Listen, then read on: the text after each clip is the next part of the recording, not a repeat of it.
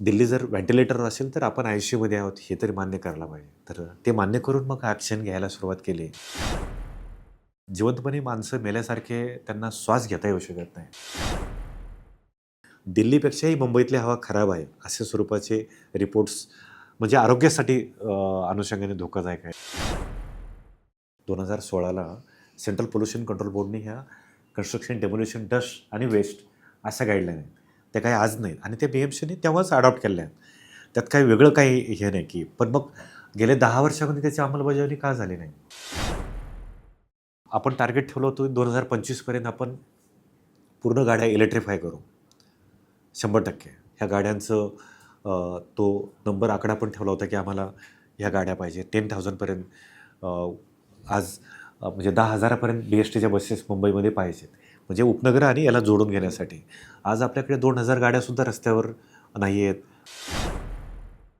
हा सगळा तळोजा, MIDC, पनवेल, खारघर, महापे ह्या पट्ट्यातून येणारं जे इमिशन आहे, ते आपण ॲड्रेस नाही केलं तर मुंबईतलं प्रदूषण आपण थांबवू शकत नाहीत.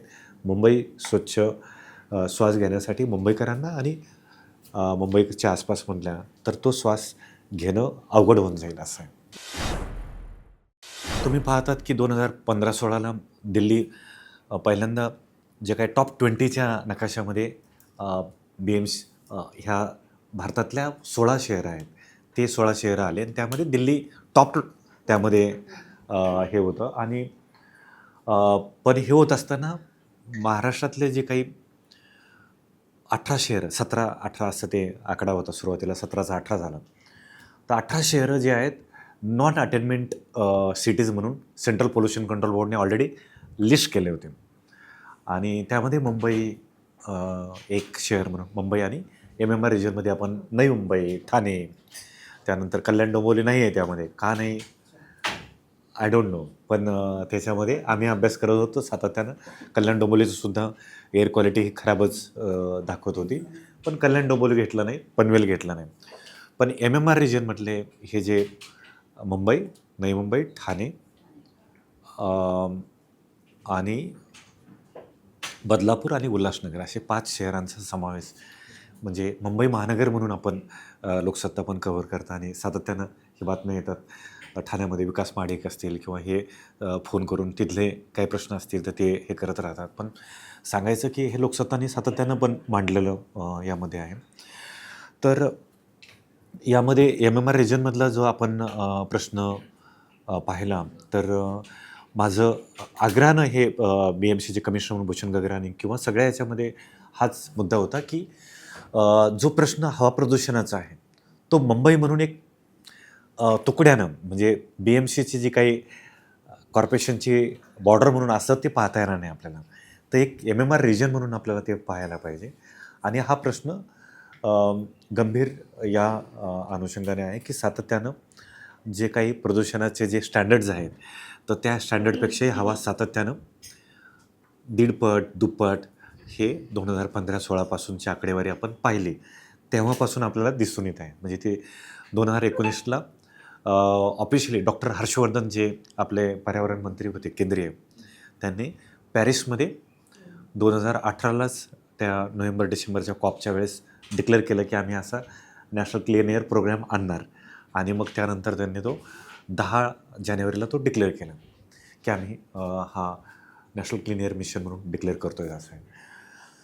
तर मग जे आयडेंटिफाईड हे जे काही नॉन अटेनमेंट सिटी आहेत जे सिटीज म्हणजे अटेंड करत नाहीत पोल्युशनचे नॉर्म्स त्याचं बेंचमार्कच्या खाली हवा पाहिजे 60च्या खाली पाहिजे एकवेळा 60च्या खाली पाहिजे तर 60च्या वरतीच असणारे हे मग मुंबई शहर आणि हे 5 शहर सबब एरियामध्ये. तर त्यामुळे त्यांनाच सांगितलं निर्देश दिले की तुम्ही हे करा तुमचा city climate action plan city clean air action plan बनवा 2019ला. मग पहिल्यांदा BMCने सबमिट केला तो कॅन्सल म्हणजे रिजेक्ट केला सेंट्रल CPCBने. सेकंड वेळेस सबमिट केला तोही रिजेक्ट केला आणि मग थर्ड वेळेस आम्ही पण त्यामध्ये सुरुवातीचे काही कन्सल्टेशन चर्चासत्र घेतले आणि त्यामध्ये जो ॲक्शन प्लॅन आहे प्रत्येक डिपार्टमेंट वाईज काय घेतला पाहिजे असं एक त्याचं एक बॅकग्राऊंड म्हणून मी सांगत आहे. आणि मग तर यामध्ये प्रामुख्यानं जे काही प्रश्न जो समोर आला आहे यामधून प्रदूषणाचा, की हे जो अधिकृत मुंबई हवा प्रदूषण कृती आराखडा जो 2019चा आहे, डिसेंबर महिन्यामध्ये आलेला. म्हणजे बरोबर 5-6 वर्षाचा जो टाईम 5 वर्षाचा टाईम आहे. तर त्याप्रमाणे की पहिल्या आराखड्यामध्ये 33% हवाचं प्रदूषण आहे, हे उद्योगधंद्याचं आहे, असं त्यातला हे आला आणि त्यामध्ये 22% जे प्रदूषण आहे जे टाटा पॉवर स्टेशनमधून किंवा हे तिथलं जे सगळं जे थर्मल पॉवर प्लांट आहे त्यामुळं आहे आणि बाकीचं जे आहे तर ते ह्या रिफायनरीज आणि ह्या तर त्यामुळं प्रदूषणाचं जे मेजर कॉन्ट्रिब्युशन किंवा जो प्रश्न आहे तर तो ह्या इंडस्ट्रीमुळे असं त्यामध्ये सांगितलं गेलं आणि मग ट्रान्सपोर्ट आणि कन्स्ट्रक्शन त्यावेळेस इतका 2019ला तरी नव्हता. तर हा जो प्रश्न आहे तर तो आपण सगळ्यांनी रिपोर्ट केला किंवा अनुभवत पण होतो की प्रदूषण हे मुंबईमध्ये सिग्नलवर म्हणजे जे काही ब्रिथलेस आपल्याला जे काही गुदमारल्यासारखं होणं आहे तर ते जाणवत होतं. पण त्यामध्ये प्रामुख्यानं असं काही फार जसं आपण पाण्याचं पाहतो की मृणालताई गोरे असतील किंवा पाणीवाली बाई म्हणून आपण पाण्याच्या प्रश्नावर की आज आपल्याला माहिती आहे की हे आपण पाणी ऑरेंज कलरचं किंवा दुसरं काही असेल गढूळ तर पिणार नाहीत. पण हे मुंबईकरांना कोणालाच माहिती नव्हतं. पण हा अदृश्य प्रश्न होता रसिका यामध्ये. तर तो प्रश्न दृश्य स्वरूपात यायला सुरुवात झाली ह्या 2019-20 आणि यावर चर्चा सुरू झाल्या की काय झालं पाहिजे, काय प्रश्न. तर तेव्हा हा प्रश्न दिसायला लागला. म्हणजे तो प्रश्न होता का जसं आपण तर तो प्रश्न होता. पण 2015, 16, 17, 18 ह्या वर्षात पण हे ज्या आधारावर मुंबईचं प्रदूषणाचं जे काही स्टँडर्ड डिक्लेअर केले गेले किंवा त्या लिस्टमध्ये 132 ज्या नॉन अटेनमेंट सिटी म्हणून डिक्लेअर केल्या त्यामध्ये मुंबई शहराला घेण्यात आलं. तर हे पाठीमागचा 3 वर्षाचा डाटा लक्षात घेऊन म्हणजे 16, 17, 18, 19, 20 असं ते 3 वर्ष. तर ते घेऊन मग हे केलं गेलं. तर तो प्रदूषणाचा प्रश्न हा निर्माण झालेला होता. लोकांना जो त्रास होणं असेल प्रामुख्यानं विशेषतः OPDचे पेशंट पाहिले. जसं आता आपण अमिता आठवले ज्या KM हॉस्पिटलच्या सातत्यानं त्यामध्ये मांडत आलेल्या आहेत की समजा आता आपण काळबा देवी आणि ह्या पट्ट्यामध्ये ज्या आपण त्याला सोन्याच्या काय म्हणतो त्यापासून जे काम करतात तिथल्या कामगारांचा त्यांनी प्रश्नावरचा रेस्पिरेटरीचा अभ्यास केला कारण त्या रेस्पिरेटरी डिपार्टमेंटच्या हेड आहेत. तर हे सगळ्या अभ्यासामधून समोर येत होतं की माहूलचा जो काही अभ्यास केला गेला त्यामध्ये माहूल ट्रॉम्बे ह्या पट्ट्यामधल्या ज्या नागरिकांच्या 5-6 हजार नागरिक त्याच्यामुळे ग्रस्त आहेत ही एक आपल्याकडे आकडेवारी त्यामध्ये हे होती. आणि आणि जसे आमदार पराग आळवणी आणि आम्ही यांना ज्यावेळेस चर्चेमध्ये पुन्हा पुन्हा भेटायचो ते म्हणायचे मी स्वतः त्या हवेच्या प्रदूषणामुळं त्रस्त आहे. स्वतः मला रेस्पिरेटरी इश्यू झाले आहेत. हे आमदार लोकप्रतिनिधी सांगत आहेत. आणि तो प्रश्न म्हणजे अशा पद्धतीनं एक मला वाटतं की ट्रान्सपोर्ट इंडस्ट्री अशा अनुषंगाने तो आणि कचरा जाळणं जसं आपण मला वाटतं 2018-19लाच पुन्हा आपला हा जो देवनाथ डम्पिंग ग्राउंडला आग लागली आणि आसपासच्या शाळा बंद ठेवल्या. तर त्यामुळं तिथला प्रदूषणाचा प्रश्न आपल्याला लक्षात आला गेला की हा प्रश्न आहे. तर हे थोडंसं तुकड्यामध्ये आपण प्रदूषणाचा प्रश्न आपण पाहिला. पण गेल्या पाठीमागच्या 2022, 23, 24 आणि आता जो आपण पाहतोय की लोकसत्ता, इंडियन एक्सप्रेस हे सातत्यानं जे काही म्हणजे हे हायकोर्टच्या सुमोटो पिटिशन एक्सप्रेस ग्रुपचं जे काही हेडलाईन्स आणि सगळ्या हे आल्या. त्यानंतर जे काही सुमोटो पिटिशन फाईल केलं त्या अगोदरसुद्धा हे जे काही न्यूज आल्या होत्या 21च्या आणि याच्यामध्ये तर त्यामध्ये रिपोर्टिंग सगळं आपल्याकडनं जे आलं होतं आणि बाकीच्या न्यूजपेपरकडनं OPDचे पेशंट जे आहेत जवळजवळ 50-60% हे रेस्पिरेटरी श्वसनाचे आहेत. अशा स्वरूपाच्या सगळ्या न्यूजपेपरमधून ते येत होतं आणि प्रामुख्यानं आपल्याकडनं पण ते आलेलं नाही. तर हे त्याचं हे होतं की फक्त पब्लिक हॉस्पिटल्स नाहीत म्हणजे KM हॉस्पिटल किंवा सरकारी हॉस्पिटल्स नाहीत. प्रायव्हेट हॉस्पिटलचे डॉक्टर्स जे आहेत जसं बॉम्बे हॉस्पिटलच्या त्या नेने अमिता नेने त्यानंतर लीलावती हॉस्पिटलचे डॉक्टर ते नाईक हे आहेत. हे सगळेसुद्धा ते सांगत होते आमचे हे पेशंटची टक्केवारी अशी आहे. तर त्यामुळे तो प्रश्न फक्त सरकारी हॉस्पिटलमध्ये येणारे गरिबांचा किंवा सर्वसामान्यांचा नव्हता, सगळ्या मुंबईकरांचा होता. आणि त्यामुळं मुंबई ही सगळीच अ, प्रदूषणाची शिकार होत आहे. आणि अ, म्हणजे बोरिवलीपासून तर थेट म्हणजे जे कॉल आले मला, तर त्यामध्ये मी सांगतो की नरिमन पॉईंट असेल किंवा मलबार हिल असेल, यामध्ये राहणारे उच्चभ्रू वस्तीमधून सुद्धा लोकांच्या घराघरामध्ये एक माणूस नाही तर अख्ख्या फॅमिलीमध्ये सगळे प्रदूषणानं त्रस्त आहेत, आजारी आहेत. तर त्या प्रदूषणाचा प्रश्न फक्त हा प्रश्न नव्हता, तो लोकांच्या आरोग्याशी निगडीत असलेला प्रश्न होता. आणि लोक त्यामध्ये अख्खं घर संघर्ष करत होतं, विशेषतः ह्या नोव्हेंबर, डिसेंबर, जानेवारीच्या याच्यामध्ये. आणि हे लोकांचे स्वतःचे सबमिशन्स आहेत की ते फोन करून की तुम्ही हे करा. आणि धक्कादायक गोष्ट म्हणजे त्यावेळेस हे जस्ट ऑफ द रेकॉर्ड किंवा ऑन द रेकॉर्ड असं काही हे नाही, पण एक पाटणकर म्हणून गृहस्थ आहेत, कुर्ला ईस्टला राहणारे, उल्टास कॉलनी वगैरे असं, नेहरू नगर म्हणून फोन आला त्यांचा. आणि त्यांनी सांगितलं की मी तुम्हाला 2,000 डोनेशन दिलेलं आहे वातावरण फाउंडेशननं, की तुम्ही चांगलं काम करत आहात आणि माझं मेडिकलचं बिल कमी करण्यासाठी तुम्ही काम करत आहात, माझं आणि इतर सगळ्यांचं. तर त्यासाठी हे तुम्हाला मी हे केलं. तर मला वाटतं की आम्ही 2018, 19, 20, 21, 22 हे फाईट करत होतो की यामध्ये सातत्यानं हे जात होतो. पण तेव्हा खऱ्या अर्थानं मला वाटलं की आपण प्रश्न नेमकेपणानं मांडत आहोत आणि हा प्रश्न लोकांच्या आरोग्याशी निगडीत आहे आणि लोक त्याचे शिकार बनत आहेत. तर त्यामुळं हा प्रश्न फाईट केला पाहिजे.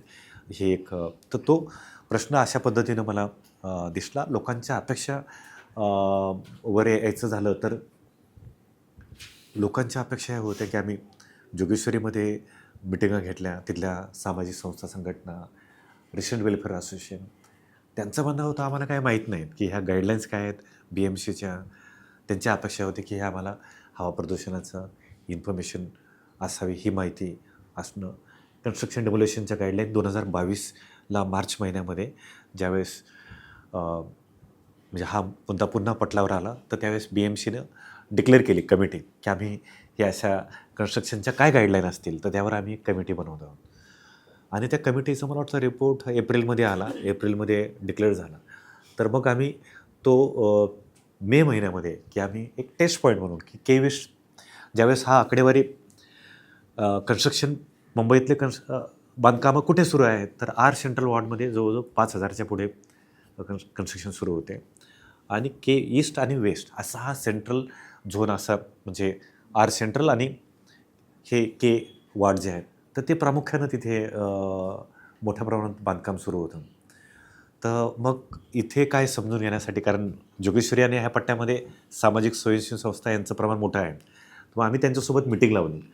तर कोणालाही त्याच्या गाईडलाईनचं माहिती नाही. तर त्यांना मग आमची टीम वॉर्ड ऑफिसमध्ये गेली. तर वॉर्ड ऑफिसरला पण माहीत नाही की अशा स्वरूपाच्या गाईडलाईन्स आलेल्या आहेत. हे स्क्वॉड्स तयार केलेले आहेत आणि हे स्क्वॉडची जबाबदारी हे करणं, इन्स्पेक्शन करणं, हे या स्वरूपात संदर्भात कुठलीही माहिती वॉर्ड ऑफिसर आणि खालच्या विशेषतः ॲक्टिव्ह सिटिझन्स यांना पण माहिती नव्हती. तर मग त्यांना ज्यावेळेस कळलं की ते म्हणाले की आम्ही मग आमच्या शेजारी तर वाळू पडलेले आहे, इथे हा सगळा डेब्रिजचा ढिगारा पडलेला आहे, हे आम्हाला माहीतच नव्हतं, हे आमच्या आरोग्यावर पण याचा परिणाम होतो आहे. तर अशा पद्धतीनं लोकांचं मग त्यामधून अपेक्षा व्यक्त झाली की ह्या माहिती तरी आम्हाला महानगरपालिकेने दिली पाहिजे. तर मला वाटतं ती अपेक्षा एक त्यामधून आली होती. आणि नेमकी आरोग्यावर काय परिणाम होत आहेत, त्यामध्ये नेमकी काय दडलं आहे, हे आमच्यापर्यंत पोहोचावं, आम्हाला माहिती ती भेटावी, अशा स्वरूपाच्या सातत्यानं हे आपल्याला हे येत आहेत की आत्ता जसं आपण कन्स्ट्रक्शनच्या मॉनिटर्स करण्यासाठीचे सन्माननीय कमिशनर यांनी सांगितलं की एवढ्या तिथे आम्ही मॉनिटर्स लावले आहेत. पण बऱ्याचशा लोकांना मी सकाळी पण बोलत होतो की बोरिवली असेल, दहिसर असेल, तर ते म्हणाले आमच्या कन्स्ट्रक्शन साईटवर इथे आमच्या शेजारी आहेत मॉनिटर लावले, पण आम्ही तिथे जाऊन पाहणार का की आता त्या मॉनिटरमध्ये किती जसं टेम्परेचर आहे किंवा काही असेल, तिथे मॉनिटरमध्ये जाऊन पाहू शकत नाहीत. आमच्यापर्यंत ती माहिती कशी येऊ शकेल? आमच्यापर्यंत ती माहितीच नाही आहे की आमच्या शेजारी काय आहे, कुठले कन्स्ट्रक्शन साईट आहे, तिथे जाताना काय केलं पाहिजे, आमचा रोल काय आहे. तर मला वाटतं ही मोठा एक ॲब्सेन्स ऑफ इन्फॉर्मेशन जे आहे तर तो मला वाटतं की त्याच्यामध्ये पण ते माझ्याकडे प्रामुख्याने एकच प्रश्न आहे, मॉनिटर लावतात सगळीकडे. पण हं. त्याचे ॲक्चुअल फिगर्स असतात का? कारण लोकांना काहीच कळत नाही. त्याच्यात दिसतात, डिस्प्ले होत असतात. तुम्हाला एक बरोबर. माहिती आहे, पण सर्वसामान्य लोकांना त्याच्याबद्दल काहीच हे नसतं, की काय किती लिमिट्समध्ये पॅरामीटर्स पाहिजेत, काय तसं काहीच नाही. करेक्ट. लोकांना जागृती तशी दिसत नाही त्याची. करेक्ट.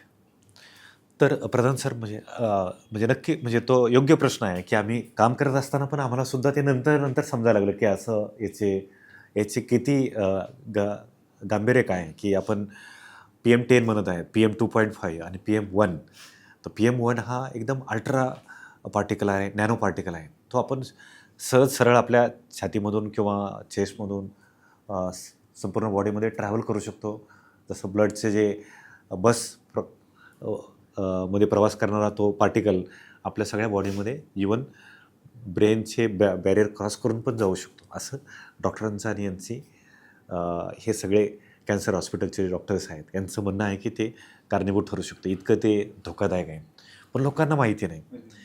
तर ती माहिती देण्याचं हा जो काही क्लीन एअर ॲक्शन प्लॅन आहे, कृती आराखडा आहे, यामध्ये सुद्धा जे काही आपण सांगतोय ग्रॅप लागू केला, तर ग्रॅपमध्ये ह्या ज्या हेल्थ ॲडवायझरीज आहेत, म्हणजे आपण त्याला आरोग्य मार्गदर्शिका म्हणू, की ज्यावेळेस पावसाळा सुरू झाल्यानंतर आपल्याला हाय टाईड्सची इन्फॉर्मेशन भेटते. नागरिकांनी काय खबरदारी हे भेटते किंवा मच्छीमार किंवा कोळ्यांनी समुद्रात जाऊ नये किंवा जे सगळ्या गाईडलाईन्स भेटतात. तर ह्या गाईडलाईन आपल्याला आरोग्याविषयीच्या गाईडलाईन ज्या आहेत, की नेमक्या आरोग्यावर तुमच्या काय परिणाम होणार आहे. संध्याकाळी बाहेर पडू नये कारण संध्याकाळची हवा जास्त प्रदूषित झालेली असते किंवा एअर क्वालिटीचा इंडेक्स वाढलेला असतो. पण आपण सगळे बाजारामध्ये घरच्या आजी असतील किंवा आपल्या घरातले कोणतरी मंडळी असतील, बहीण, भाऊ किंवा फॅमिलीमधले मेंबर्स हे आपण बाहेर पडतो. पण ही माहिती आपल्याला महानगरपालिकेतर्फे किंवा आरोग्य डिपार्टमेंटकडे भेटली पाहिजे का नाही? नक्कीच भेटली पाहिजे, की तो जो इंडेक्स आहे, तुम्ही जसं म्हणाले प्रधान सर, की हा PM10 धोकादायक आहे. त्यामुळं लगेच हे जे काही सर्दी, खोकला याचे आजार उद्भवू शकतात. तर तो आकडे तिथं दिलेले आहेत. पण त्या आकड्याबरोबर तिथली जी माहिती आहे, म्हणजे आता मी कुर्ला कामगार नगरमध्ये वातावरणचं ऑफिस आहे. तिथे मी मधून त्या एका गल्लीमधून पुढे आलो.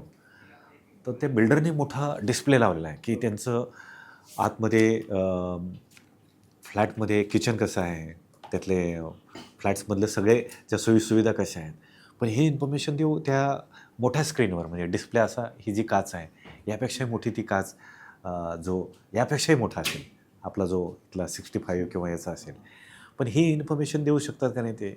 तर हे नक्कीच देऊ शकतात, की तिथे अ, हा जो एअर क्वालिटीचे जे काही त्यामुळं काय धोके संभवत आहेत किंवा यासाठी नागरिकांनी खबरदारी घ्यावी, की ही खबरदारी घ्यावी. मास्क लावावा किंवा तिथे संध्याकाळी मुलांना, वरिष्ठ नागरिकांना, विशेषतः महिला हे असतील, तर यांना तिथे आसपास मज्जाव करावा, जे काय असेल. तर ही जी माहिती आहे, तर ती माहिती आसपासच्या नागरिकांना नाही आहे. पण ही जनजागृती करण्यात पालिका अपयशी ठरली असं मला वाटतं. नाही, नक्कीच ठरलेलं आहे. त्यात काही हेच नाही, की माहिती असताना 2000 हा 19ला जो काही प्लॅन बनला गेला आणि तो कागदावरच राहिलेला दिसतोय. गाईडलाईन्स अशा आहेत आणि त्याच्यात विरोधाभास सुद्धा आहे. गाईडलाईन्स किती काय अशी चांगली असते, पण बाहुलगाव ही सर्वात प्रदूषित मुंबईतला भाग आहे, लोकांना माहिती आहे. त्याच भागात प्रकल्पग्रस्त पुनर्वसनाचं केंद्र सरकारने वसवलेलं आहे. प्लास्टिकच्या पिशव्याबद्दल म्हटलं आहे. कचरा तो हानिकारक आहे, अगदी कोणी सरकारनेच बंदी घातली आहे.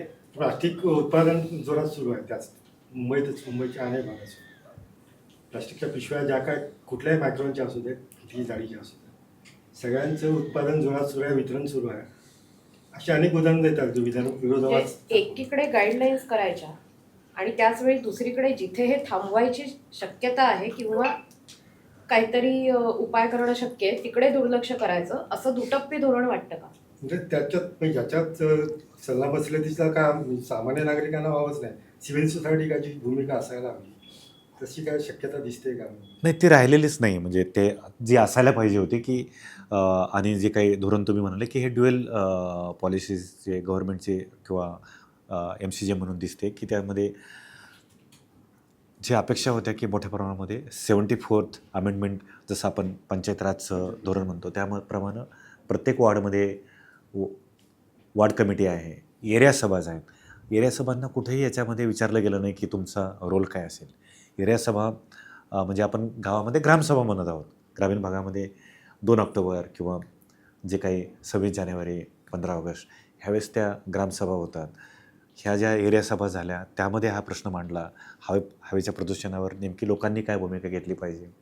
आणि गेल्या ह्या 3-4 वर्षामध्ये महानगरपालिकेच्या एकंदरीत जो काही नगरसेवक आणि जी काही इलेक्टेड बॉडी नसल्यामुळे मग रिप्रेझेंटेटिव्ह म्हणून कोणीतरी त्या वॉर्डमधून घ्यायला पाहिजे. 24 वॉर्डमधून प्रत्येक वॉर्डमधून एक तर नागरिक किंवा जो काही आजी माझी जो नगरसेवक आहे तो घेऊन त्यांचं जे म्हणणं आहे तुम्ही जसं म्हणतायत सर तर ते नक्कीच नागरिकांची भूमिका आणि नागरिकांचं त्याच्यामधलं जे म्हणणं आहे ते किमान ऐकून महानगरपालिकेने घ्यायला होतं. आणि त्याचा कम्प्लीट ऑप्शन्स आम्हाला ह्या 5-6 वर्षामध्ये तरी क्लिअर कट दिसला की तो लोकसहभागच नाहीये त्या. नाही त्याच्या आपण या आत्ता म्हणजे सुरुवात झाल्यापासून आत्तापर्यंत जे जे काही मुद्दे घेतले त्यातला एक प्राथमिक हा होता की जागृती कमी पडते. पण मुळात प्रदूषण होतंय त्याच्यावर काहीतरी कंट्रोल करायला हवं. म्हणजे पालिकेने प्रदूषण रोखायला काहीतरी करायला हवं का जागृती करायला हवी फक्त? दोन्ही गोष्टी आहेत की एकतर एन्फोर्समेंट म्हणून जे काही आता कन्स्ट्रक्शन आणि ह्या सगळ्या ज्या आहेत रेड कॅटेगरीचे इंडस्ट्रीज आता हायकोर्टचे जे ऑर्डर्स आणि जे काही हे आले त्यामध्ये चीफ जजनी मुख्य न्यायाधीशांनी हे केलेलं आहे. त्याच्यामध्ये तुम्ही पाहिलं असेल की रेड कॅटेगरी इंडस्ट्रीज आयडेंटिफाय केल्या पोल्युशन कंट्रोल बोर्डनं MPCBनं पण त्यावर ॲक्शन झाली नाही.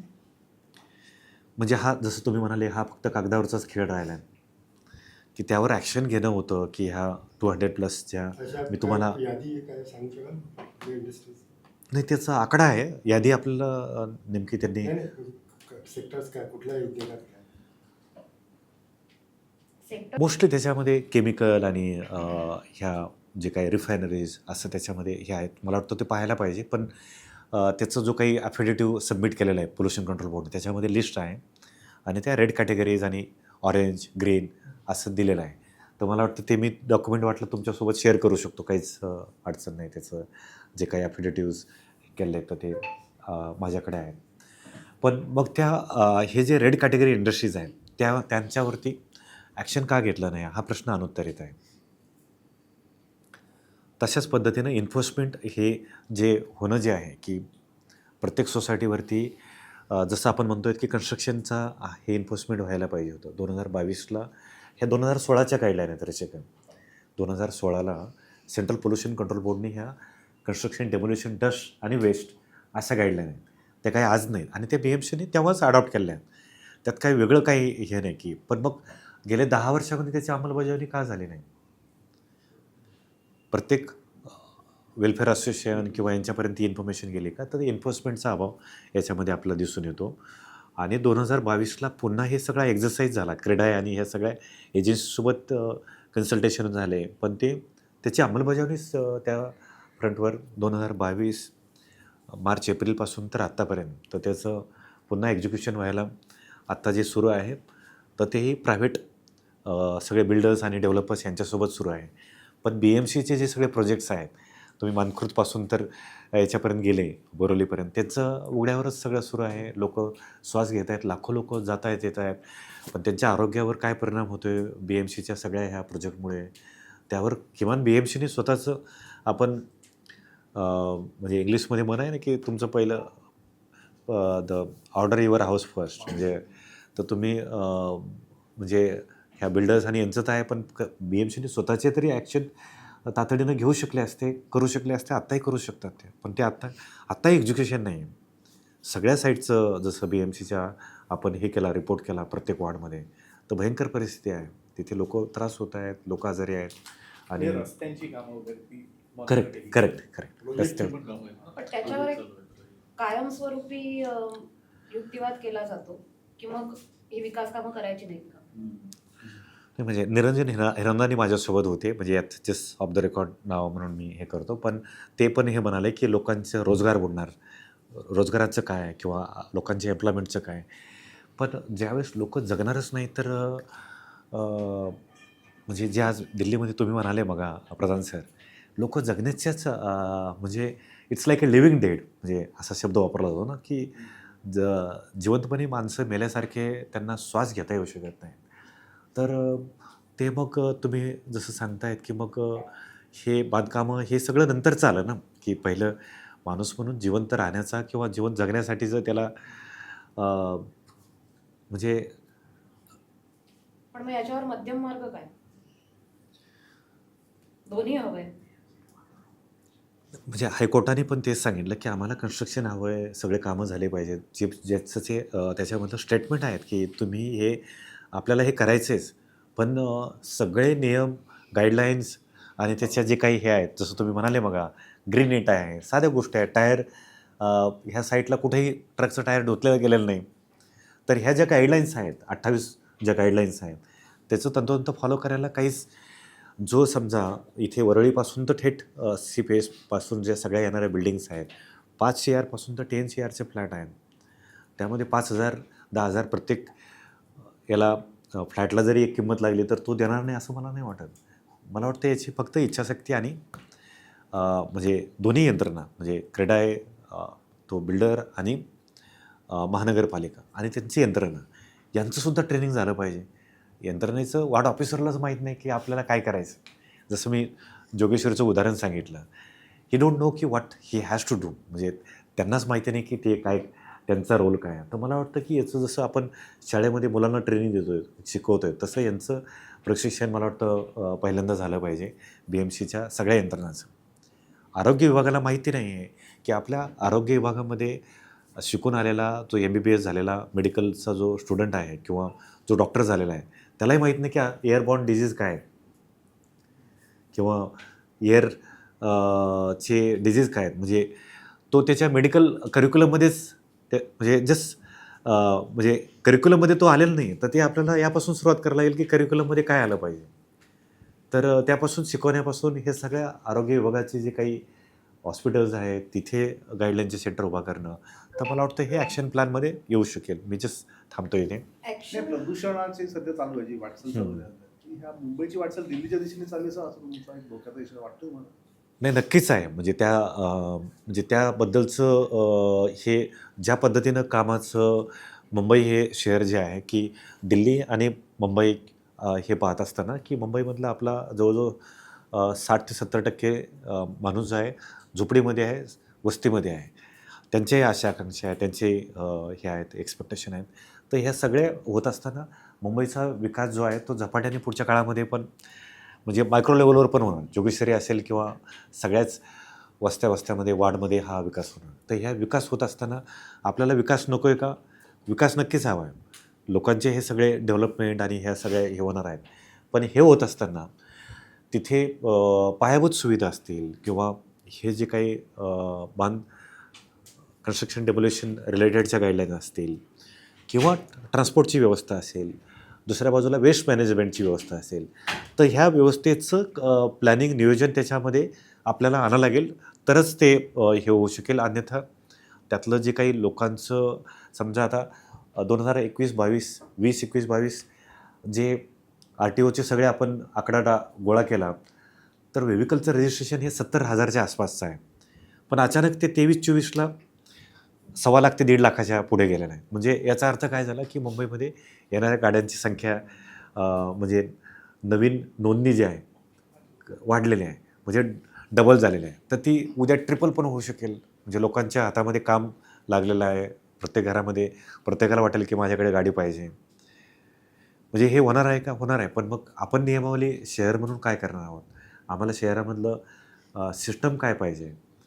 आपण जसं मेट्रोच्या एका बाजूला हे करत आहोत, त्याच बाजूला एक 45 लाखापर्यंत जर रायडरशिप आता जे BSTचं ट्रान्सपोर्टचं आपण पाहिलेलं आहे, ते आता खाली 20 लाखाच्या खाली गेलेलं आहे. आपण लोकांना साधं ट्रान्सपोर्टसाठीचं व्यवस्था देऊ शकणार नसेल, तर मग कोणी आपल्यासारखे तरुण असतील किंवा कोणी असेल तर तो काय करेल, चला आपण लोननी घेतलं तरी चालेल पण बाईक तरी घेऊया. तर ही म्हणजे आपल्याला आपण लोकांना प्रवृत्त करत आहोत की तुम्ही प्रायव्हेट गाड्या घ्या, बाईक्स घ्या, 4 व्हीलर घ्या. हे जर ट्रान्सपोर्ट व्यवस्था शहरामध्ये तशी एकदम मजबूत नसेल तर त्यामुळे आपण टार्गेट ठेवलं होतं 2025पर्यंत आपण पूर्ण गाड्या इलेक्ट्रिफाय करू 100%. ह्या गाड्यांचं तो नंबर आकडा पण ठेवला होता की आम्हाला ह्या गाड्या पाहिजे 10,000पर्यंत आज म्हणजे 10,000पर्यंत BSTच्या बसेस मुंबईमध्ये पाहिजेत, म्हणजे उपनगर आणि याला जोडून घेण्यासाठी. आज आपल्याकडे 2,000 गाड्यासुद्धा रस्त्यावर नाही आहेत, बऱ्याचशा फेज आऊट होत आहेत. म्हणजे ज्या 15 वर्षाच्या जुन्या झालेल्या गाड्या आहेत त्या स्क्रॅपेजमध्ये जात आहेत, त्याला रिप्लेस करणं असेल. तर हे सगळे प्रश्न आपल्यासमोरचे ट्रान्सपोर्टचे त्याचं जे काही इकोसिस्टम आहे जोपर्यंत आपण तयार करत नाही तर तोपर्यंत आपल्याला मुंबईतलं दिल्लीकडे जाणारी वाटचाल आहे ती थांबवणं अवघड आहे. एक दोनच मुद्दे. हे सगळे आपण जेव्हा उपाययोजनांचा विचार करतो त्याचा प्राथमिक टप्पा हा मॉनिटरिंगचा असतो. मुंबईतलं मॉनिटरिंग हे खरंच विश्वास ठेवावं असं आहे का? जे आकडे येतात म्हणजे आज आत्ता एका भागातला AQI खूप दिसतो, त्याच्यावर आरडाओरडा झाला की दुसऱ्या दिवशी तो एकदम नॉर्मलवर असतो, म्हणजे पुअर क्वालिटी असते ती मॉडरेटवर येते. इथे म्हणजे हे का होतं? याचं जे पूर्णपणे कंट्रोल जो आहे तो यंत्रणेचाच आहे. पोल्युशन कंट्रोल बोर्ड यांनीच हे सगळे एजन्सी अपॉइंट केले आहेत. त्यामुळं समजा म्हणजे ही झाकवण्याची गोष्ट नाही काही की हा कमी आहे किंवा जास्त आहे, पण हा जास्त बाहेर विशेषतः मीडिया आणि यांनी त्यावर गदारोळ करू नये. यामुळं जो कदाचित फॅब्रिकेट केला जाऊ शकेल त्यात काही म्हणजे काही मशीन आहे ते, त्यामुळं त्या मशीनमध्ये फॅब्रिकेशन होऊ शकतं का? तर होऊ शकेल.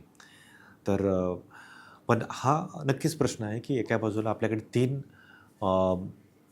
यंत्रणा होत्या. एकतर सफरचं नेटवर्क होतं, त्याचं आकडेवारी ही 300च्या पुढे 250-300 दाखवत होती. दुसऱ्या बाजूला सेंट्रल पोल्युशन कंट्रोल बोर्डची आकडेवारी आहे ती पुन्हा 150-200 असा हे होता. आणि आत्ता BMCचे पण एअर क्वालिटी मॉनिटर्स आहेत. आत्ता 5 बसवलेत त्यांनी, अजून काही वाढवत आहेत. आणि मग हे सगळ्या एक्सटेंडेड आता हे आहेत.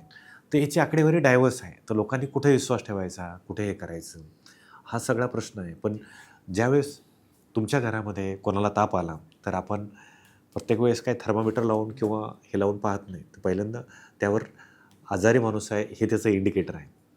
तर दिल्ली जर व्हेंटिलेटर असेल तर आपण ICUमध्ये आहोत हे तरी मान्य करायला पाहिजे. तर ते मान्य करून मग ॲक्शन घ्यायला सुरुवात केली.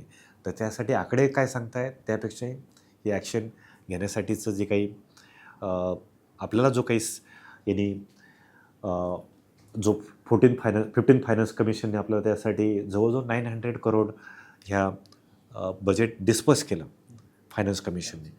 पण त्यापैकीचं जवळजवळ 500 काही करोडचा जो काही इन्फॉर्मेशन आहे 938 कोटी हे डिस्पर्स केलेले आहेत 15 फायनान्स कमिशनने.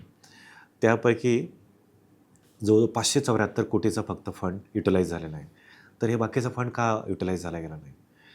BMCला स्वतःच्या महानगरपालिकेला स्वतःच्या पॉकेटमधून द्यायचे नव्हते, पण हे आलेला फंड तरी युटिलाइज जो लॅप्स होणार होता, पाठीमागे जाणार होता, तो युटिलाइज करणं हे अभिप्रेत होतं. आणि मला वाटतं की तो वापरला असता तरी बऱ्याचशा काही गोष्टी आपण यामधून काही अचीव करू शकलो असतो. काही ट्रान्सपोर्ट सिस्टम असेल किंवा बाकीचं, जसं आता आपल्याकडे सगळे ज्या वॉर्डमध्ये आत्ता सगळ्या स्मशानभूमी आहेत तर त्या लाकडावर चालतात, तर लाकडाचे इलेक्ट्रिक करता येऊ शकले असत्या. त्याच्यामध्ये PNG प्रेशराईज जे काही आपण त्याला काय म्हणतो CNG प्रेशराईज CNG आहे ते वापरू शकलो असतो. तर हे बरेचसे ऑप्शन आणि ऑपॉर्च्युनिटी आपल्याकडे आहेत. तर त्या हा जो मायक्रो इंटरव्हेन्शनचा जसं आपण आता मी काल हायकोर्टचे डॉक्युमेंट रेफर करत होतो त्यामध्ये जो व्हेसल्स आणि मरीन पोल्युशन आहे त्यामुळे सुद्धा मुंबई प्रदूषित होते असं हे आलेलं आहे.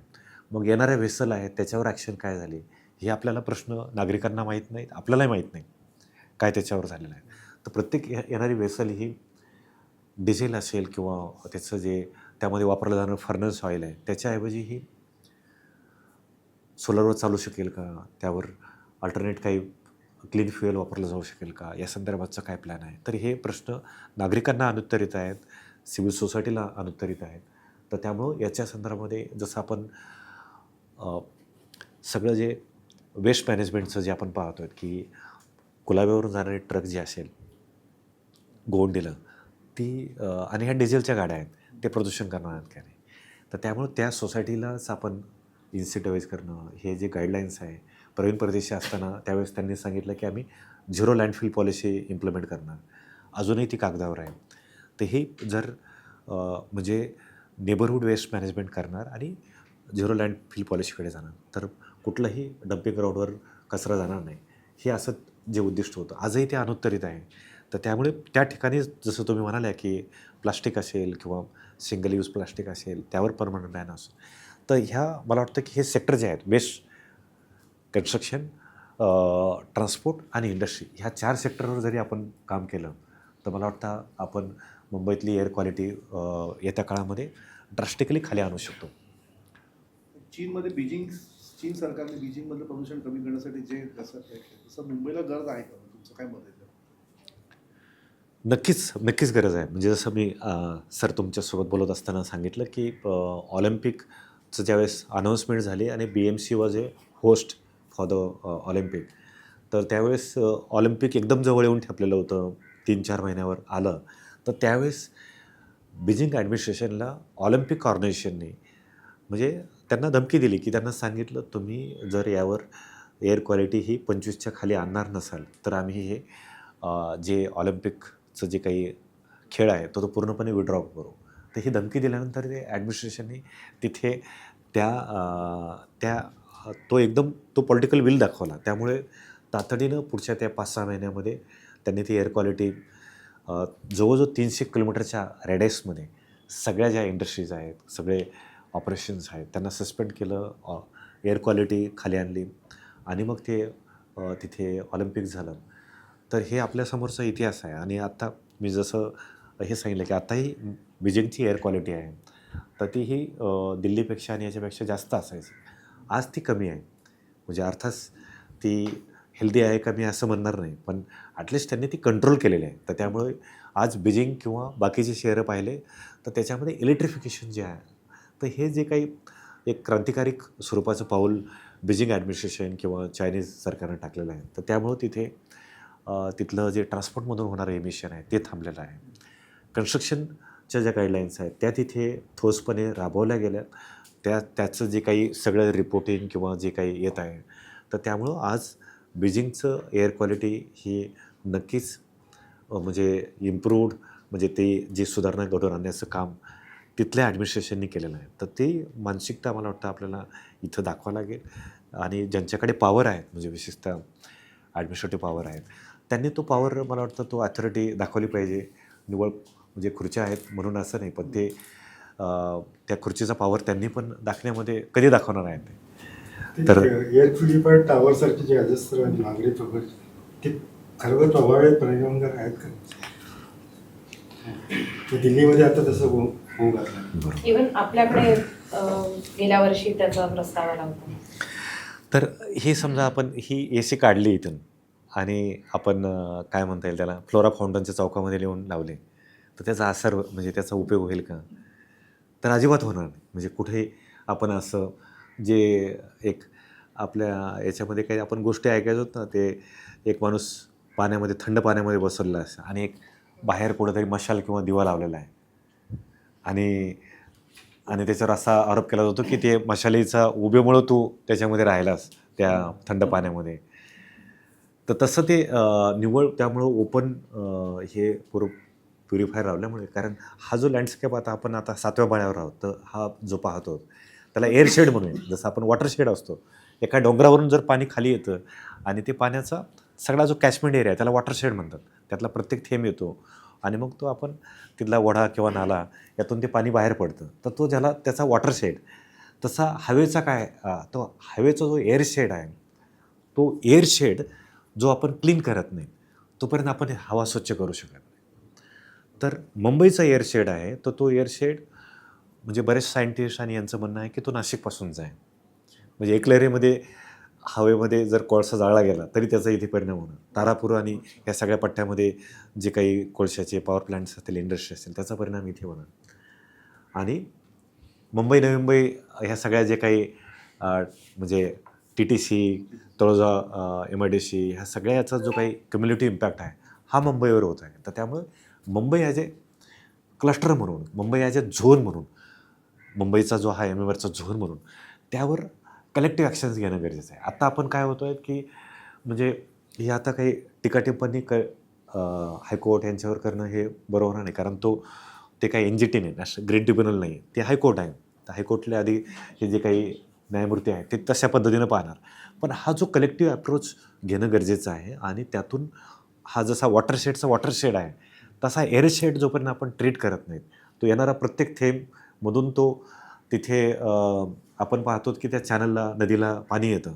तसंही हा प्रत्येक येणारा जो काय हवेचा झोत आहे, तर तो झोत लक्षात घेता तो ट्रीटमेंट करणं आपल्याला गरजेचं आहे.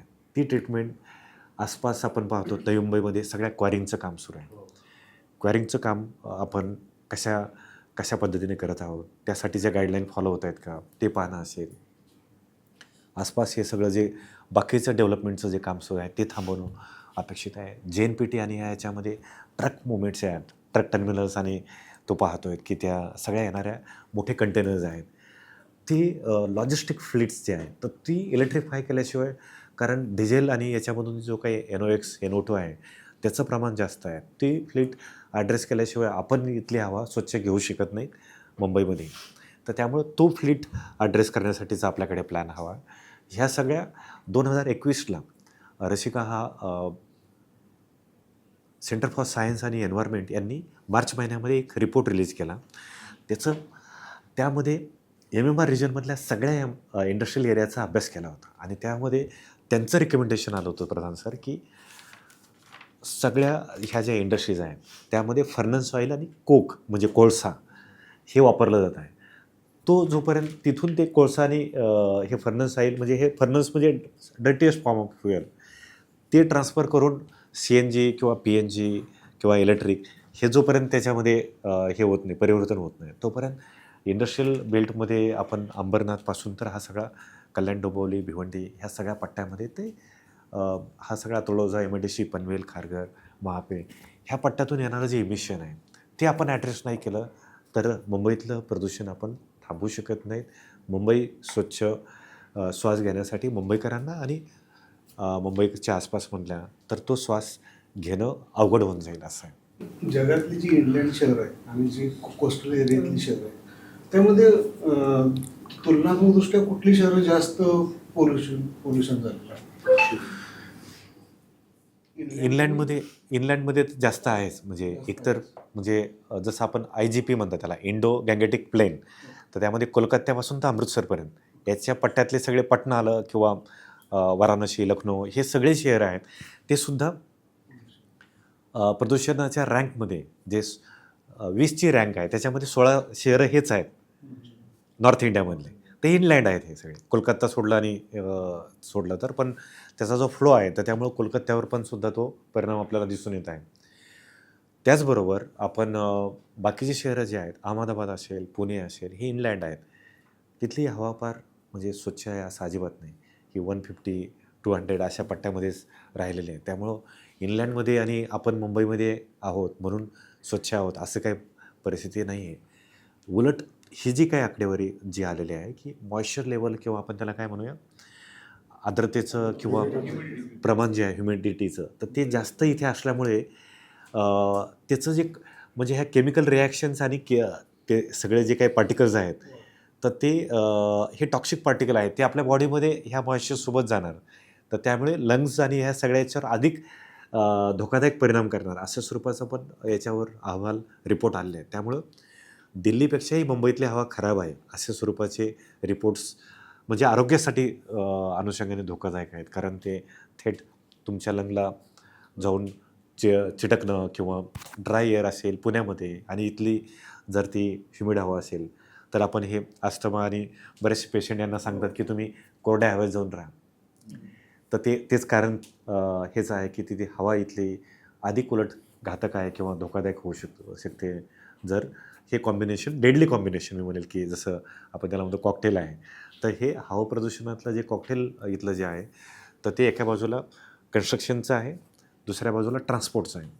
तर ट्रान्सपोर्टमधून येणारे हे जे काही सगळे पार्टिकल्स आहेत, विशेषतः आपण म्हणूया की NO2, NOx, SOx याचं जे डेडली कॉम्बिनेशन आहे त्यामुळं तो सेकंडरी एअरसोल तयार होतो आहे.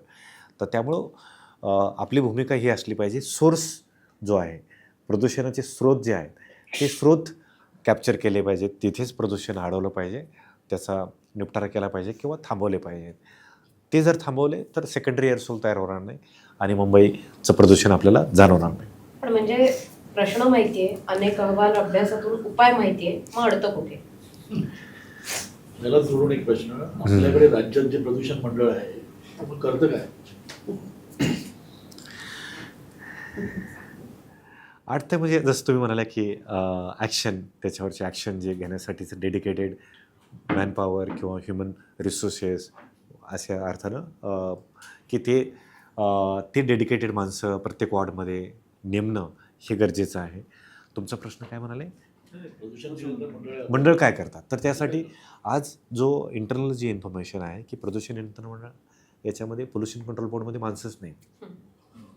म्हणजे त्यामध्ये मुद्दा कसा आहे की ही मंडळं आपण तयार केली, केंद्र सरकारचा ॲक्ट आले, एन्व्हायरमेंट ॲक्ट आले, एअर ॲक्ट आले, पण ते अंमलबजावणीसाठीचं त्यांच्याकडे इनफ फंड नाही, इनफ यंत्रणा नाही, त्याच्याकडे माणसं नाहीत. ते अंमलबजावणी कसं करणार? तर एकतर एका बाजूला ह्युमन रिसोर्सेस माणसं नाहीत, ह्या मंडळामध्ये मग त्यासाठीचं रिसोर्स आणि ट्रेनिंग नाही की नवीन हे सगळे जे प्रश्न उभं राहिलेत तर याला ॲड्रेस करण्यासाठीचं जो प्लॅन पाहिजे तो पोल्युशन कंट्रोल बोर्डकडे पाहिजे आणि त्याचं एक अंडरस्टँडिंग पण पाहिजे की आमचा रोल ॲक्ट क्लिअर कट सांगतो की एअर ॲक्ट सांगतो आहे की CPCB म्हणजे सेंट्रल पोल्युशन कंट्रोल बोर्ड हे डिझाईन करणार, प्लॅन करणार, त्याचं अंमलबजावणीचं काम करण्याचं हे राज्य प्रदूषण नियंत्रण मंडळाचं काम आहे. State pollution control board is a implementing authority, म्हणजे कंट्रोल करण्याचं.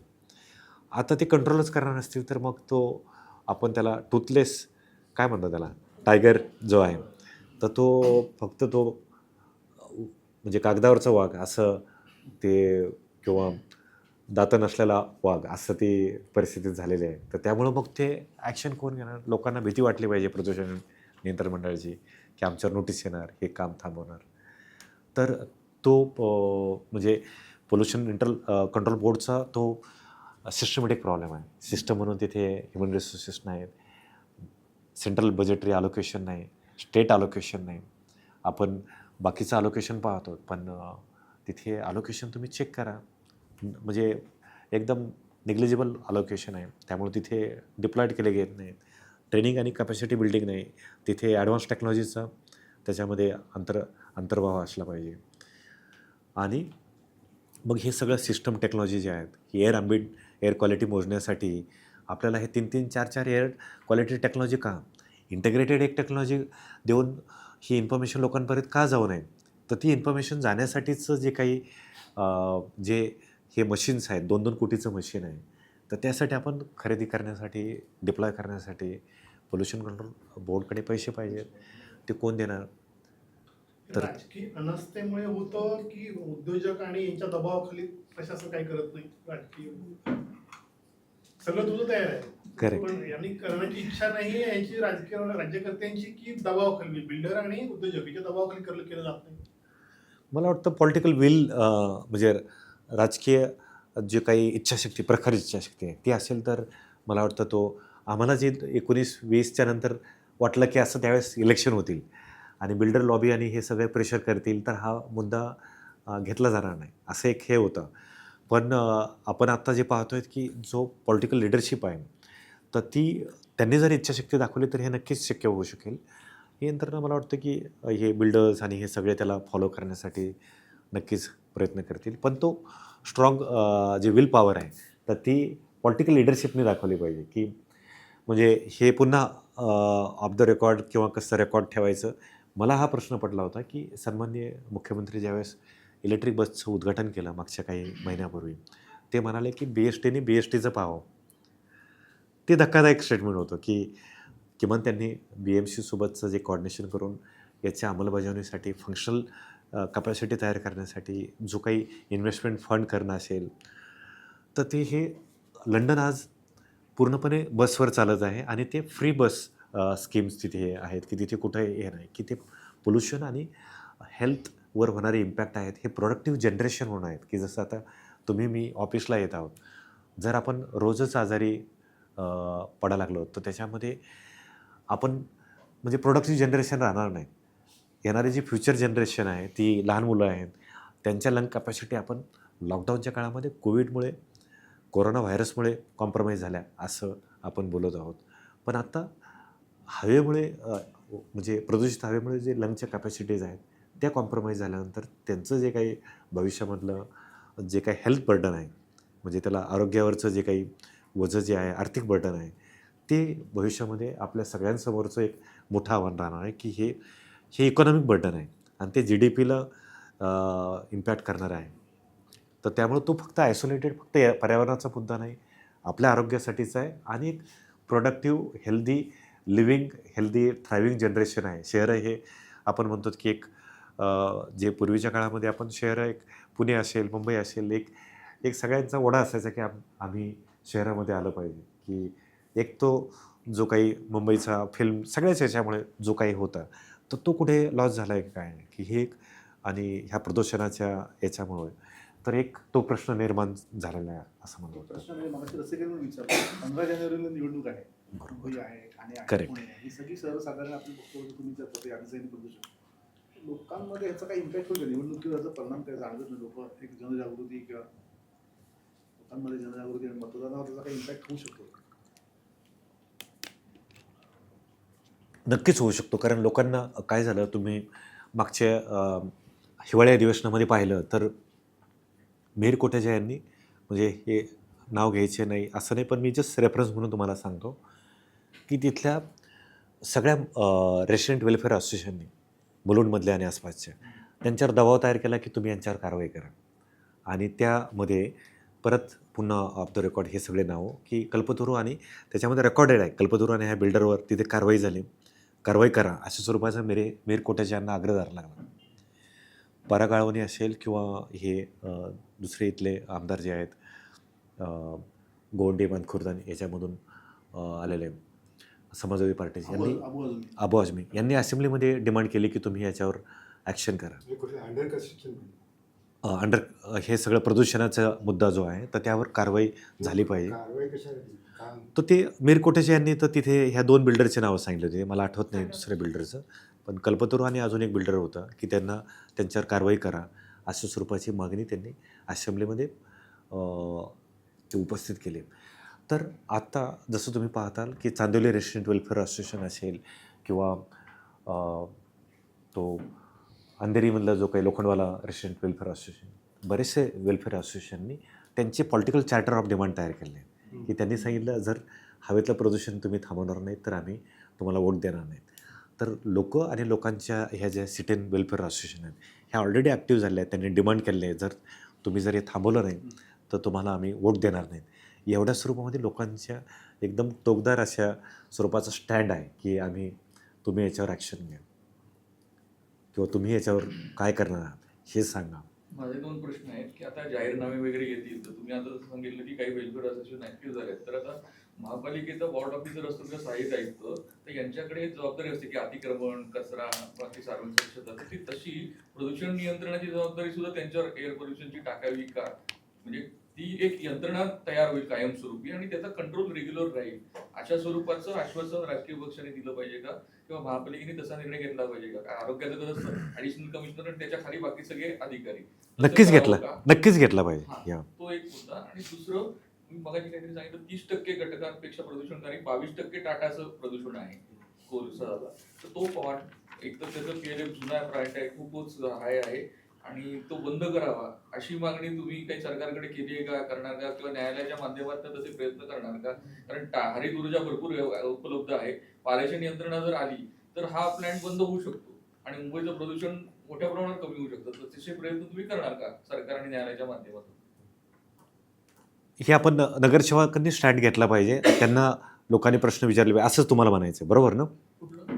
नाही, हे आता सेकंड प्रश्न जो आहे हे प्लांट बंद पाडणार का असं? हा, प्लांट बंद करण्यासाठी खूप जुना प्लांट आहे, बरोबर. PLF कमी आहे, प्रदूषण सर्वाधिक आहे त्यांना, आणि तो महागडी वीज पण आहे ती, तर पारेषण यंत्रणा उभारली गेली तर टाटाला भरपूर स्वस्त वीज ते हरित ऊर्जा सुद्धा मुंबईत आणता येईल. Correct, तो बंद जर झाला तर मुंबईचं प्रदूषण खूपच चांगल्या पद्धतीनं म्हणजे कंट्रोल होऊ शकते. 22% तुम्ही काही ते घटक सांगितलं ना, तो प्रदूषणातला तो मोठा घटक आहे प्लॅन्टचा. ते आत्ताचं जे हायकोर्टचं काल परवाचं जे हे आहे ना सबमिशन आहे त्याच्यामध्ये ते हायकोर्टामध्ये 20% सांगतायत. म्हणजे मी हे 2019चं उदाहरण दिलं होतं त्यावेळेस हा जो ॲक्शन प्लॅन आहे गोष्टी करतोय वाहनं बिनं Correct. कन्स्ट्रक्शन साईट अमुक ते टेम्पररी असतं, हा कायमस्वरूपी आहे. कायमस्वरूपी होऊ शकेल. चांगले म्हणजे दिल्लीमध्ये काय झालं की सुप्रीम कोर्टाने ऑर्डर दिली बदरपूरचा जो पॉवर प्लॅन्ट आहे तो त्यांना बंद करायला सांगितला. तो जुना आणि अतिशय त्याची जी लाईफ सायकल असते 25 वर्षाची खूप मोठा आहे, तर- मागणी वीज आहे ती आणि तो बंद करायला लागला. ₹10 वगैरे पडते. तर मग हा अशा स्वरूपामध्ये हे एकतर त्यांना डिरेक्शन देऊ शकतं की तुम्ही हा बंद करा किंवा याला तुम्ही जो काही रिन्युएबल एनर्जी सोलर प्लॅन्ट किंवा हे आहे तर ते हे करू शकतात. तर तशा स्वरूपाच्या BMCने आग्रह पण धरला की हा पॉवर प्लॅन्टमध्ये तुम्ही FGD बसवा. FGD म्हणजे फ्लोरो ते हे सल्फर आहे कॅप्चर करण्यासाठीचं.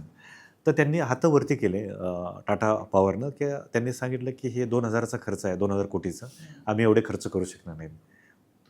तर त्यावर मग BMCने पण काही त्याच्यावर स्टँड घेतलं गेलं असं आहे. तर काहीतरी मार्ग त्यातून काढायला पाहिजे होता की डहाणूच्या बाबतीत झालं ना, डहाणू पॉवर स्टेशन आहे तर ते डहाणू अथॉरिटी होती त्यांनी मागे ते सल्फर डायऑक्साईड सांगितलं होतं तो प्लांट FGDचा जो प्लॅन्ट आहे हां तो नाहीच केला सुप्रीम कोर्टात कोणीच नाही केलं. जिल्ह्यांनी पण नाही केलं. सुप्रीम कोर्टात चॅलेंज केलं जे- सुप्रीम जे- कोर्टात जे- पण काहीच नाही केलं decision. तर ते मोस्ट म्हणजे जो सल्फर बाहेर जो येतो तर ते सर्वात म्हणजे थर्मल पॉवर प्लॅन्ट आणि इंडस्ट्रीचा तोच धोका आहे की सल्फर जर हवेमध्ये जास्त असेल SOx जर असेल तर तो आरोग्यास सर्वात धोकादायक आहे. जो कॅन्सरिक त्याच्यातले जे काही एलिमेंट्स आहेत तर त्यामुळं मग जयगडमध्ये ते अजूनही केस चालत कोर्टाने हिअरिंग निकाल देऊन त्याच्यावर परत अपील झालं आहे. जिंदालचा जो पॉवर प्लॅन्ट आहे डहाणूचं पण तेच ते. झालं हिअरिंग झालं पण जजमेंटच देत नाहीत त्याच्यात. पण जागरूकता या माध्यमातून तुम्ही निर्माण करणार का? न्यायालयाचा मार्ग, सरकारचा मार्ग नाही ते इलेक्शन मध्ये वगैरे सगळ्या असोसिएशनने एक दबाव तयार केला पाहिजे अशी एक मागणी तुम्ही नाही असोसिएशन यावर ऑलरेडी जाहीरनामे चार्टर्स तयार करतायत आणि ते तुमच्यापर्यंत पण आम्ही पोहोचू आणि लोकांचा रोष क्लिअर आहे की हे हवा प्रदूषणावर तुम्ही हे करा. मुंबईसारख्या पूर्वी जसा गटर मीटर आणि वॉटर हा विषय होता तसा हा हवा ह्यावेळेसच्या जे इलेक्शनमध्ये सिव्हिक इलेक्शनमध्ये लोकांनी मुद्दा घेतलेला आहे आणि तो फक्त मुंबईमध्ये नाही तर बाकी ठिकाणी पण घेतलेला आहे. पॉवर प्लांटचा आणि टाटाचा मुख्य तिचं पॉवर प्लांट बाजूला 2 रिफायनरी आहेत. मुंबईसारख्या शहरामध्ये हे एवढ्या लोकसंख्येचे ह्याच्यात हे करावं. हवेची गुणवत्ता सुधारायला पाहिजे. Correct. मग तुमच्या अशा ठोस सूचना काय आहेत? म्हणजे काय संस्थेच्या म्हणून अशा काय तुम्ही केलेल्या सूचना काय असं वातावरण म्हणून तुम्ही काही सूचना म्हटलं की कोणत्या राजकीय पक्षामध्ये आस्था दिसते का म्हणजे या प्रश्नाबद्दल जे तुमच्या तुम्ही सूचना काय म्हणजे काय कशी दोन्ही ह्याला कशी सुधारणार ती हवेची गुणवत्ता? तर आम्ही सूचना म्हणून काय केलं आहे की त्यांना एकतर हा जो सिटी क्लिनर ॲक्शन प्लॅन आहे त्याची तंतोतंत इम्प्लिमेंटेशन व्हावं हे केलेलं आहे. ॲक्शन प्लॅन ऑलरेडी आहे पण त्याची अंमलबजावणी कोण करणार हा जो रसिका यांनी ज्यावेळेस प्रश्न उपस्थित केला तर तो त्याचं ॲक्शन हे होणं आणि त्याचं समजा 40 डिपार्टमेंट आहेत 45 डिपार्टमेंट आहेत तर एक डिपार्टमेंटचा तो मुद्दा नाही. हेल्थ डिपार्टमेंट असेल कन्स्ट्रक्शन असेल मेंटेनन्स डिपार्टमेंट असेल हे सगळे डिपार्टमेंट्स आहेत. तर ह्या डिपार्टमेंटा समजा आता हॉटेल आणि बेकरीचा विषय असेल तर त्या संदर्भातचे जे लाईन डिपार्टमेंट आहे तर BMC कमिशनर म्हणून तो ॲक्शन प्लॅन्सला हे करत असताना नोडल एजन्सी म्हणून ट्रॅफिक डिपार्टमेंट असेल हे तर याच्या रेग्युलर बैठका होऊन जसं त्याच्या डिरेक्शन देणं त्याची अंमलबजावणी चेक करणं कुठं ते झालेलं आहे. तर हे ॲक्शन प्लॅनची जो मुंबई हवा स्वच्छ कृती आराखडा आहे त्याची तंतोतंत अंमलबजावणी करणं ही आम्ही सातत्यानं मागणी करत आलेलो आहे 2019 पासून. तर त्याची अंमलबजावणी होणं. दुसरं की प्रत्येक स्रोत जे आहेत स्रोत म्हणजे आपण त्याला म्हणू सोर्स बेस आहे तो इमिशन लोड जो आहे तो इमिशन लोड आपल्याला जर कमी करायचा असेल तर त्यावर ह्या स्रोतवर तो इमिशन लोड कसा कमी करता येईल त्यावर आपल्याला फोकस करावं लागेल आणि ती आम्ही मागणी करतो की तुम्ही स्रोत आयडेंटिफाय करा. वरती मलमपट्टी नको आहे. मलमपट्टी म्हणजे आता आपण रस्त्यावर CM मुख्यमंत्री काय आणि ते फवारे सुरू आहे पुन्हा ते तासाभरानंतर हवा बाहेर येते. तर हे वरवरती जसं तुम्ही बघा सांगितला तो काय एअर टावर उभा केले तर हे स्वरूपाचे फॉल्स काय म्हणतो त्याला आपण फॉल्स सोल्युशन्स BMCकडनं ते मोठ्या प्रमाणात आणले गेले पुढे. तर स्प्रे करणं हे करणं हे फॉल्स सोल्युशन आहेत आपल्याला रिअल सोल्युशन्स त्यामध्ये पाहिजेत, की स्रोतामध्ये जसं आता व्हॅक्यूम क्लिनरनी ते जसं आता आपण पुनावाला तो आदूर पुनावाला आहे त्यांनी काही डोनेट केले आणि त्या व्हॅक्यूम क्लिनरनी पुण्यामधले जी काही याची हवा जी आहे जे डस्ट आहे तर ती कॅप्चर केली गेली. तर त्यामुळे तो तिथल्या भागामध्ये तुम्हाला तिथे डस्टच सापडणार आहे. त्यामुळे टायरनी पुन्हा जे फ्रिक्शननी पुन्हा हवेमध्ये येणार, पाणी किती मारणार. तर त्यामुळं कॅननने हवा मारणं की आपलं पाणी मारणं हे सगळीकडे सुरू आहे. म्हणजे रसिका ऑनेस्टली हे सगळा जो पैसा आलेला तुम्हाला सांगितलं मी 900 कोटीचा असेल इथला, नवी मुंबईमध्ये असेल, पनवेल म्युन्सिपल कॉर्पोरेशन असेल, ते सगळ्यांनी हे लावलेत. काय लावलेत? ते कॅनन लावलेत आणि हवा फिरवतो. आपणही मजेने पाहतो की ते सुरू आहे. पण त्याचा इम्पॅक्ट काय होणार आहे? तर काहीच इम्पॅक्ट होणार नाही. तर त्यामुळे हे रिअल फॉल्स सोल्युशन थांबवून म्हणजे आपण फॉल्स सोल्युशनला काय म्हणू? दिखाऊ हां, दिखावा म्हणजे कृत्रिम जे काही असे जे सोल्युशन आणले ते थांबवून खरे जे काही मार्ग दाखवणारे सोल्युशन्स आहेत ते म्हणजे त्यात ती अंमलबजावणी करण्यासाठीचं महानगरपालिकेने हे घेतलं पाहिजे. तिसरा, हे सगळे जे 4 स्रोत सांगितले मी वेस्ट, कन्स्ट्रक्शन, डेमोलेशन म्हणजे वेस्ट, कन्स्ट्रक्शन, इंडस्ट्री आणि ट्रान्सपोर्ट या चारीवरचं 4 ब्रँच स्ट्रॅटेजी ही अंमलबजावणी झाली पाहिजे.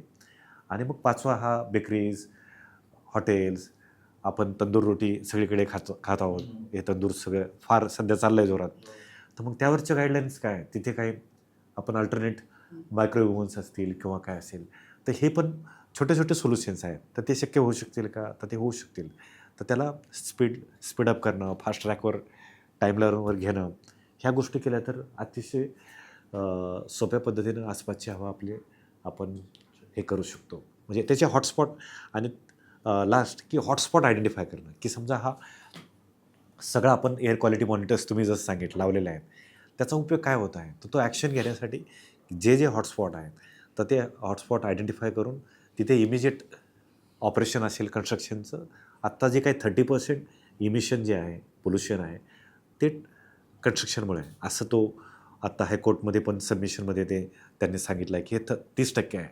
तर मग ते जर ॲड्रेस करायचं असेल तर मग जिथं ऑपरेशन हे होत असेल तर ते इमिजिएट ऑपरेशन स्टॉप करणं, कन्स्ट्रक्शन साईट स्टॉप करणं, हीच भूमिका BMCनं घ्यावी अशी स्वरूपाची आमची मागणी मी म्हणेल. सर, मुंबईत मोठ्या प्रमाणात विकास कामं वगैरे सुरू आहेत आणि या विकास कामांदरम्यान बरीचशी झाडं वगैरे तोडली जातात. तर मग ही झाडं तोडणं विकास कामांसाठी कितपत व्यवहार्य आहे किंवा नाही? आणि जरी असंच सुरू राहिलं वृक्षतोड तर येणाऱ्या काळात आपल्याला काय परिणाम भोगावे लागतील? जसं आता वायू प्रदूषण वगैरे हे मुद्दे आहेतच. या व्यतिरिक्त मी जस्ट अजून एक ॲड करतो मुद्दा आणि तुम्हाला रिस्पॉन्ड करतो. आणि 6वा मुद्दा सांगायचा होता की हे मुंबईतलं जसं आपण मेट्रो आणि हे ट्रान्सपोर्ट सिस्टम स्ट्रेंथन करायचा चांगला निर्णय घेतला आहे. पण जोपर्यंत BST बस ही लाईफलाईन आहे आणि लोकल आहे, हे स्ट्रेंथन करत नाहीत. हीच आम्ही सातत्यानं मागणी करत आहोत आणि ती स्ट्रेंथन करावी ही एक त्यातली एक 6वी मागणी आम्ही करत आहोत. हा जो काही ग्रीनरीज आणि हे पाहिजे तेव्हा ऑक्सिजन भेटू शकेल. तर त्यामुळं मुंबईला विशेषतः वी आर ब्लेस्ड, आपण वरदान आहे की आपल्याला कोस्टल सगळा जो मँग्रोवचा जो पट्टा आहे तर तो अजून आपण 10,000 वर्षे 5,000 वर्षे जरी काही केलं तरी ते काही तयार होणार नाही. म्हणजे तो हजारो वर्षापासूनचं आलेली आपल्याला देणगी आहे, तर ती जपणं फार गरजेचं आहे. तर त्याच्यामुळं ती अशी एकदम सहज त्याला सोल्युशन म्हणून पर्यायी अल्टरनेट काय आहेत की आपण सरळ रस्ता काढायचा असं काही. जसं आता जलयुक्त शिवारमध्ये जो प्रकरण आलं, त्यांनी सरळ अख्ख्या महाराष्ट्रातले नाले सरळ करून टाकले. नाले खोलीकरणाच्या नावाखाली सरळ झाले. म्हणजे त्यामुळं झालं काय की त्याचा जो नॅचरल जो काही कोस्टलाईन होती ती आपण पूर्णपणे त्याचा नॅचरल जो फ्लो होता त्याचा हायड्रोलॉजी वगैरे सगळंच जे काही ह्या स्लोप आहे, तर त्यामुळं झाडं गेले आणि ती इकॉलॉजी पण गेली. आपण जी काही निसर्ग संपन्न महाराष्ट्रातली होती तसंच हे आत्ता आपण हे जे झाडं जे आहेत तर ती कोस्टल लाईन जी आहे जे आता आपण हे करत आहोत कोस्टल रोड करत आहोत, तर त्यासाठी पर्याय रूट्स काय होऊ शकतील, त्याला 10 अल्टरनेट्स काय तयार करता येईल यासाठी आपल्याला विचार करावा लागेल. पण झाड तोडणं हे काही त्याच्यामध्ये सोल्युशन होऊ शकत नाही असं. त्यांनी विचारलेला फक्त प्रश्न तो जरा इंटरेस्टिंग आहे म्हणून मी पुन्हा तोच विचारते त्यांचा. कुठल्या तरी पक्षात या सगळ्याबाबत आस्था आहे का या विषयामध्ये? नाही, विशेषतः मला म्हणजे अधिवेशन सुरू असताना सगळ्यांचे फोन आले, प्रवीण दरेकरांपासून तर आशिष शेलार यांच्यापर्यंत. मी हे सरळ नावं घेत आहे याच्यासाठीचे, म्हणजे ते त्यावेळेस अपोजिशनमध्ये होते. इकडे असताना मग इकडून पण आदित्य ठाकरे आणि यांच्याकडनं पण फोन आले आहेत, की म्हणजे दोन्हींनी हे घेतलेलं आहे. पण ते फार की आत्ता तो प्रश्न उपस्थित करायचा आहे, तो तात्पुरता तिथे प्रश्न असेंब्लीमध्ये हे करायचं आहे, काय करायचं आहे, तो कॉईन करायचा आहे किंवा त्यांना हे करायचं, एवढ्यापुरतं ते राहिलेलं आहे. तर त्यामुळं जसं मिलिंद देवरा असेल किंवा तुम्हाला हे नावं सांगितले 4-5, तर हे सातत्यानं त्या मुद्द्यावर बोलत आहेत.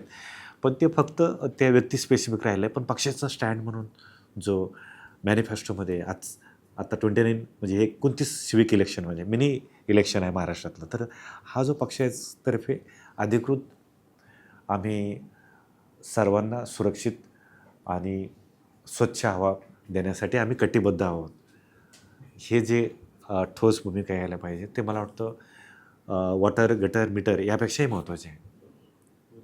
तर ती त्यांच्याकडनं सगळ्या पक्षांकडनं यावी, हीच मला वाटतं ते त्यांचंही मोठेपण असेल आणि लोकांना पण त्यामुळं लोकांना पण निर्णय घ्यायला सोपं जाईल की आम्ही कोणाला वोट करायचं आहे. कोस्टल रोडमुळे पण नुकसान होतंय फार. त्याचंही काम थांबवलं पाहिजे, कारण आणखीन पुन्हा त्याला एक्सटेन्शन वगैरे देत आहेत विरारपर्यंत तिकडे पुढे. म्हणजे नाही, म्हणजे माझं काय म्हणणं होतं की आता जसं मुंबईत येणारं पाणी आपण म्हणत आहोत की गारगाय डॅम्स उभा करायचा आहे, तर त्यावेळेस पण आम्ही त्यावेळेस यांना तेच सांगितलं की गारगाय डॅमची गरज नाही. आपण जे काही 30-35% लिकेज आहे ते थांबवलं तर आपण पाण्याची गरज लगेच काही डॅमची काय गरज आहे का, तर नाही. तर सेम आत्ता जो कोस्टल रोडची गरज जी आहे, BSTच्या बसेस असतील किंवा हे पब्लिक ट्रान्सपोर्ट जे एक्झिस्टिंग आहे ते जर आपण डेडिकेटेड केलं, तर जे वेस्टर्न जो रोड आहे याला जाणारा, तर त्या ट्रॅफिक कोणाची आहे, त्याच्यामध्ये बसेसची ट्रॅफिक आहे का, प्रायव्हेट कारची हे आहे, तर त्यासाठी डेडिकेटेड BRTS रूट तयार केल्यानंतर एखादा माणूस असेल, डहाणूला जायचं असेल किंवा विरारला जायचं असेल, तर त्याला वाटलं पाहिजे की मी ट्रेनच्या अगोदर बाय बसने जाईल. तर त्यासाठी जर BRTS रूट तयार करून तर ती तयार केली तर मला वाटतं आपल्याला काहीच कोस्टल रोडची काहीच गरज नाही. म्हणजे माझं ठाम मत आहे की हे सुद्धा रोडची यामधून 500,000 गाड्या जातील, पण ज्यासाठी बसमधून जाणारे 40-45 लाख लोक हे पूर्वी जात होते, आजही 60-70 लाख लोक BSTच्या बसेसने प्रवास करू शकतात. फक्त लोकांना खात्रीचं म्हणजे सेफ, टाईमली, अफोर्डेबल असं जे काही ट्रान्सपोर्ट सिस्टम म्हणून आहे ते दिलं, तर ते सहज मुंबईमधली माणसं आपल्याला कोस्टल रोड न बनवता आपण विरारपर्यंत, डहाणूपर्यंत घेऊन जाऊ शकतो. त्यासाठी आपल्याला याची कोस्टल रोडची काही गरज नाही. आणि उलट पब्लिक ट्रान्सपोर्ट महाग केला, BSTचं तिकीट त्यांनी दुप्पट केली आता. हा, उलट म्हणजे आमची मागणी आहे की ते फ्री करावं. म्हणजे हे जो आता जो काही याचा 15 फायनान्स कमिशनचा पैसा जो आलेला होता, त्यांनी जो सांगितलं असतं आम्ही फ्री करू, याच्या सगळा तो BSTला देऊन टाका, काम सोपं झालं असतं. म्हणजे अनेक बड्या शहरांमध्ये आहेच तो वापर. एकच अगदी शेवटचा, राजकीय पक्ष तितकेसे ॲक्टिव्ह नाही, प्रशासकीय व्यवस्थाही चालढकल करते.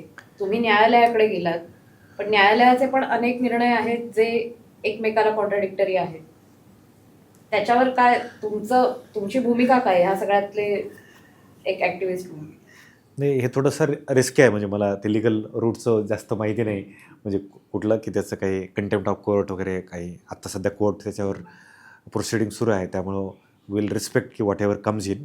पण अपेक्षा एवढीच आहे की न्यायालयाकडनं किंवा न्यायव्यवस्थेकडनं की आत्ता जे काही पाठीमागं 3-4 दिवस आपण पाहिलं, म्हणजे आपण गावाकडे कान पकडणं असं म्हणतो ना, तर कान पकडण्याबरोबर ते चालवण्यासाठीचं ॲक्शनसाठीचं जे पुढचे आहेत ना, ते न्यायव्यवस्थेकडनं किंवा कोर्टाकडनं आहेत की त्यांनी तो दिशा द्यावी.